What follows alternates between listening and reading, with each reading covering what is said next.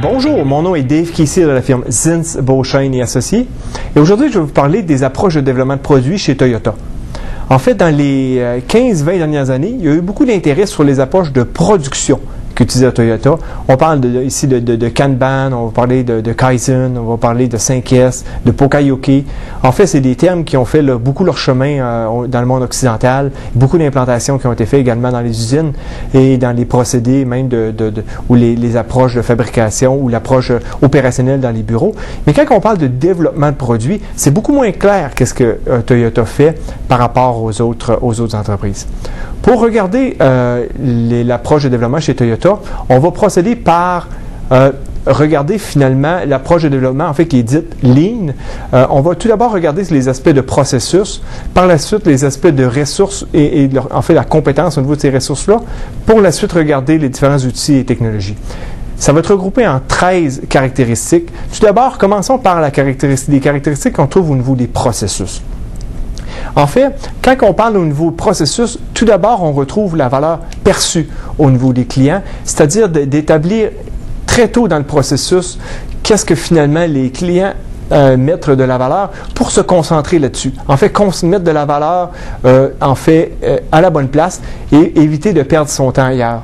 Ce qui est intéressant, c'est que c'est une approche qui est implantée chez Toyota depuis 15-20 ans, tandis que dans le monde occidental, c'est quelque chose qui a fait son chemin dans moins de 10 dernières années. Puis je dirais même qu'en termes d'implantation, on est dans les moins de 5 ans dans plusieurs organisations. Et chez Toyota, c'est quelque chose qui existe depuis très longtemps.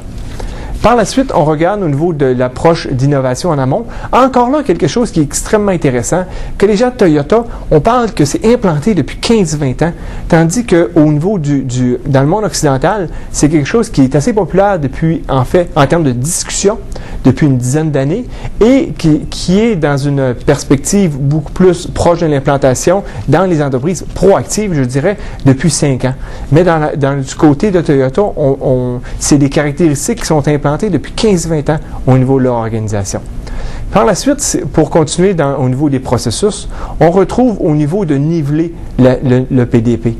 Quand on parle de niveler, en fait, les efforts du processus de notre produit, c'est-à-dire qu'ils s'organisent pour, par exemple, s'ils sont en train de développer une nouvelle plateforme pour la Camry, par exemple, vont s'organiser pour que, par exemple, le 4Runner ou d'autres véhicules de Toyota soient dans une perspective d'extension.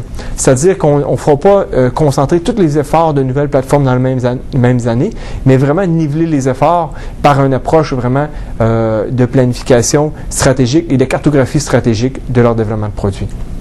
Par la suite, il y a une standardisation rigoureuse. Et cette standardisation-là n'est pas une standardisation à la ISO 9000, mais beaucoup plus une standardisation rigoureuse qu'on retrouve dans les entreprises qui ont des processus d'innovation très agiles et matures.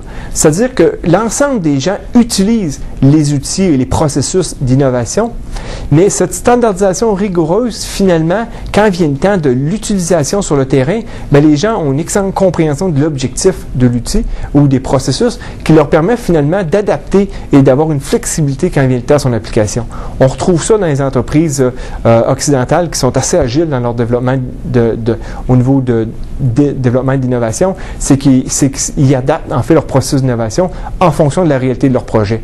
Mais c'est quelque chose qui est en fait c'est un phénomène qui est particulièrement récent. Maintenant, regardons au niveau des ressources et leurs compétences. En fait, on a regardé au niveau des processus tout à l'heure que plusieurs choses qui étaient déjà, en fait, qui est de plus en plus implantées dans les entreprises occidentales. En fait, une grosse différence de ce qu'on trouve avec l'approche Toyota, c'est que chez Toyota, ça fait deux décennies, en fait, que c'est implanté. Et ici, au niveau des entreprises nord-américaines, on se retrouve à avoir une implantation qui est prend de plus en plus sa place, mais il y a quand même un rattrapage qui se fait. Par contre, quand on regarde au niveau des ressources et de leurs compétences, là, c'est beaucoup plus frappant, les différences. Quand on regarde, par exemple, au niveau de l'ingénieur en chef, l'ingénieur en chef, en fait, qu'on pourrait appeler un genre de chef de produit, mais vraiment d'un point de vue technique, c'est vraiment l'autorité dans un contexte d'un projet. Par exemple, pensez au développement d'une nouvelle Camry. C'est une personne dans l'équipe qui est excessivement importante, qui gère en fait pratiquement personne, en fait moins de 1% des ressources sur le projet, mais l'autorité suprême au niveau du choix du produit et le choix des technologies. Ça veut dire qu'il y a une dissociation importante qui est faite entre la personne qui gère les projets et la personne qui gère la technologie. Et cette personne-là est souvent représentée par quelqu'un de très senior et également qui a des aptitudes particulières.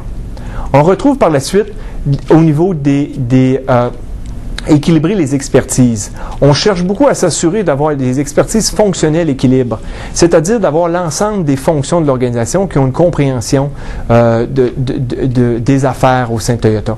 C'est pour ça qu'on retrouve beaucoup de changements de carrière d'un point de vue, je dirais, plus latéral. C'est que les gens vont peut-être travailler au niveau de recherche et développement pendant certains temps, par la suite vont aller travailler au niveau des ventes, vont travailler au niveau du service à la clientèle, au niveau des opérations. Fait que les gens se déplacent beaucoup dans l'organisation pour finalement avoir une bonne compréhension de l'ensemble des fonctions de l'organisation. Également, il faut mettre en contexte que l'entreprise japonaise, avant de pouvoir gravir les échelons, il doit avoir beaucoup d'années qui s'écoulent. Et ça permet finalement les gens de pouvoir, ça leur donne le temps, finalement, même aux gens les plus carriéristes, de pouvoir faire des déplacements parallèles au niveau de l'organisation. Également, Toyota cherche à engager les gens très tôt en sortant de l'école et les faire grandir dans un contexte multifonctionnel. Par la suite, on regarde au niveau du développement des compétences. On cherche à développer les compétences techniques très avant que les gens s'impliquent au niveau du développement de produits. Je dirais que c'est la caractéristique la plus frappante que l'on retrouve en comparaison avec les entreprises occidentales. C'est-à-dire